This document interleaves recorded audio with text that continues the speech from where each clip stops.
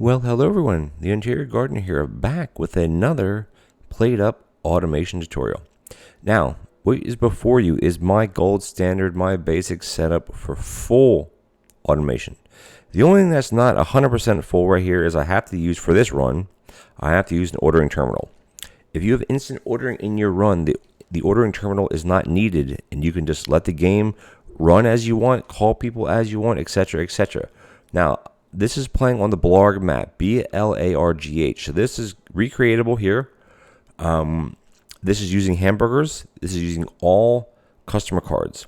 You cannot use side or additional dish cards with a setup like this. It just won't work. You could use this setup for pies, for breakfast, for hot dogs, minus the ketchup mustard. That's a separate entity here. For hamburgers, things like steaks and salads and stir fried, no, because there's too many combinations. You could use it for regular pizza, any dish that basically has one main output. So for this instance, we're doing burgers because it's very simple to set up and very easy to run through the day.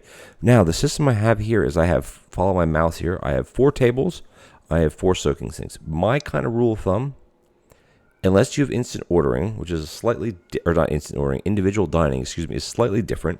But otherwise, if you have groups of 1 to 2, which is what this map or what this game has, you need 1 soaking sink to keep up with it. Now, if you're calling people using the phone and these tables are slammed with people every single time, all run, you're going to need more than 1 to 1. But for this setup here, I find this very easy. The way this is set up, you could easily stick a 5th one in here and just do a little bit of trickery. This could face in, this would still pull one down, and then you could have one coming out. You could fit 5 in here easily, or even 6 if you put another one up here. You could even put 7, would easily fit here, but that'd be way overkill for what is needed for this type of run. Now, I'll go over the dishes, or actually, I'll start at the beginning.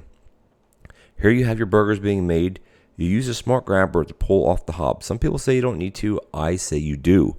Because if not, what happens is sometimes a burger patty will get cooked before the bun can combine, and it'll automatically pull it off of here. And then that'll break your whole entire system, so don't do that. If you get to this level of automation, you're going to have some smart grabbers laying around anyway, or basically re-roll or re-research corner grabber into smart grabber, and you'll need 2 for this setup, where I find this is a flawless setup that doesn't break and doesn't back up, regardless if there are plates missing in the system or not. So here you need an autoplater. The autoplater is feeding plates onto the bunned burger. And this is where where my mouse is here at the bottom, where my second smart grabber comes into play. Because if you don't have a smart grabber pulling a plated burger off of this counter, again, this could be a table, this could be a freezer, it could be anything that could hold an item. Not a prep station, because prep stations won't hold plates. But I think the easiest part is to do a counter.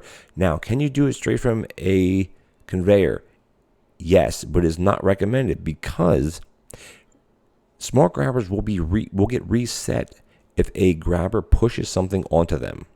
So by using a counter, which you have tons laying around, if you have this point of automation, you have tons laying around, use a counter. And basically, I have double plate stacks here. I find you could get it, where this setup, you could get away with 1 if you're not using the phone. If you're using the phone, you need to have at least 2, because all the plates will be used within this system. Now, the autoplater plates the burger. It goes to the grabber here, and it goes to this corner grabber. Again, you wouldn't need corner grabbers for some of this, but I have them, so use them. Now, the way you have to do auto serving is you need to have conveyors or grabbers, etc., adjacent to an end or side of a table. Customers will not grab at the corner, from a corner of a table to a corner. They won't grab to this conveyor. Neither one of these tables will grab off this one, or this one. They only grab at ones that are directly adjacent to them. It could be here, or it could be here, doesn't matter, but it won't grab from a corner. So keep that in mind when you have your layout done. Now, if you have like different types of tables, could you set them all next to each other? No, you can't, because you need to have a space for a grabber to pull the dirty dishes off. Now, you may say, well, how do I know which one has it? Well, you see where the number 2 is? This is the last table that's placed down between these 2. The last table placed will be the one that has the number. The one that has the number will tell you how many people are sitting at that, or available to sit at that table based on the chairs. But this is also where the dirty plates will spawn. So keep that in mind when you have a run like this.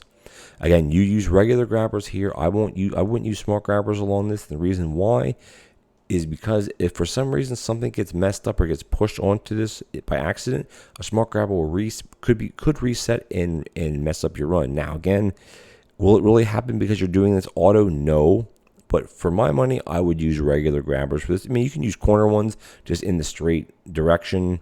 It's just a matter of what you have here. But you can't use conveyors here because conveyors only do the push action, not the pull action, which is why you can use regular conveyors along here because all they're doing is pushing the plated burger along. They're not pulling it. This is the only one here that's actually pulling it from this one and then pushing it onto the rest. Now, this is serving. When the dishes are dirty, they'll go into here. This is just a buffer, basically. A plate's a dish rack. You could have 2 of these if you want. This will filter out into 4 soaking sinks. For my rule of thumb for a run like this, 1 soaking sink per table, per 1 to 2 person table. If you have tables with 3 or 4 or 5 people, then this may not work.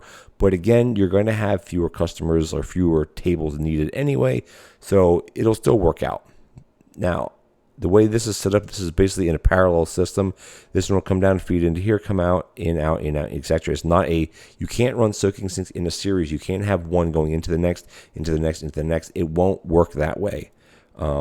It doesn't work that way because you have a dirty feeding in, the action will start, and then you'll have a clean being pulled out. So you can use regular grabbers for this. You don't need smart grabbers on soaking sinks because regular grabbers will only pull from an appliance that has or that finishes an action. It will wait for that.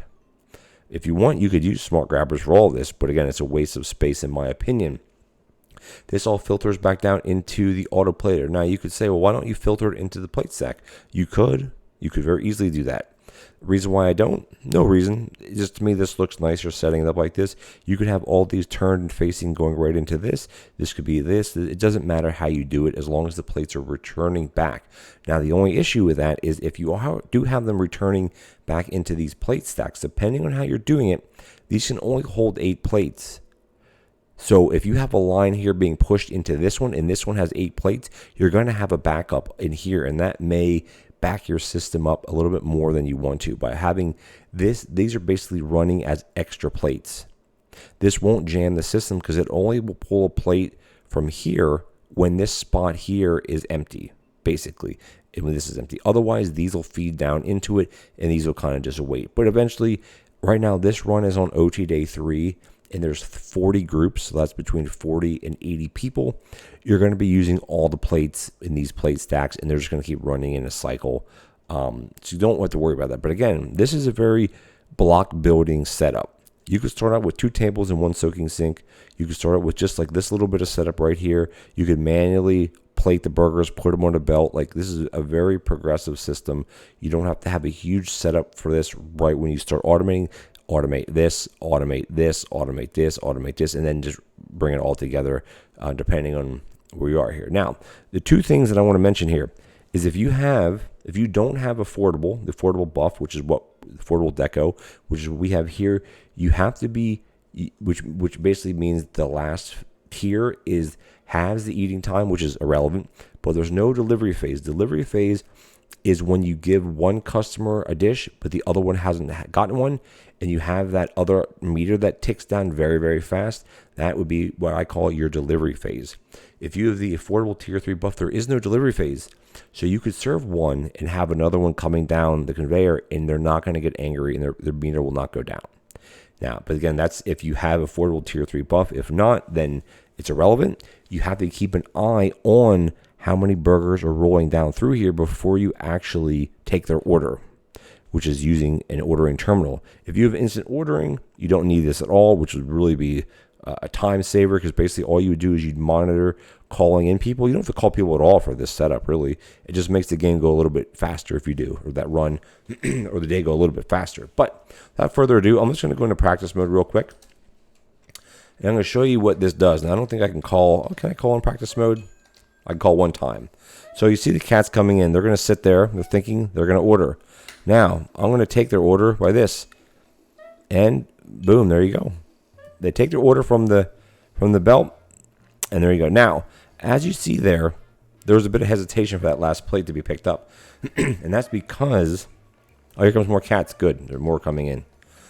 The reason why there's a hesitation is because grabbers have a set speed at what they pull. They can't, so nothing can occupy a grabber's space at the same time. So there's always going to be a bit of a hesitation. It will never be a smooth movement pulling dishes, which kind of is irrelevant. I'll demonstrate it here again. Watch when the dishes turn dirty. It's not like boom, boom. It's boom, wait, etc., etc. It's just how the game mechanics work. Is not a big deal. Anyway, guys, I'm going to end the video here. You get the gist of this. Let's exit out of practice mode. If you want to look at the long form of this, where I go into more detail about this, please check that video out as well. But otherwise, thank you guys so much for joining me. Feel free to use this design. If you're enjoying my content, please consider leaving me a subscribe. Much appreciated. And if you like this video, please leave a like and a comment. And I'll get back to you guys and see you in the next automation tutorial video. Take care now.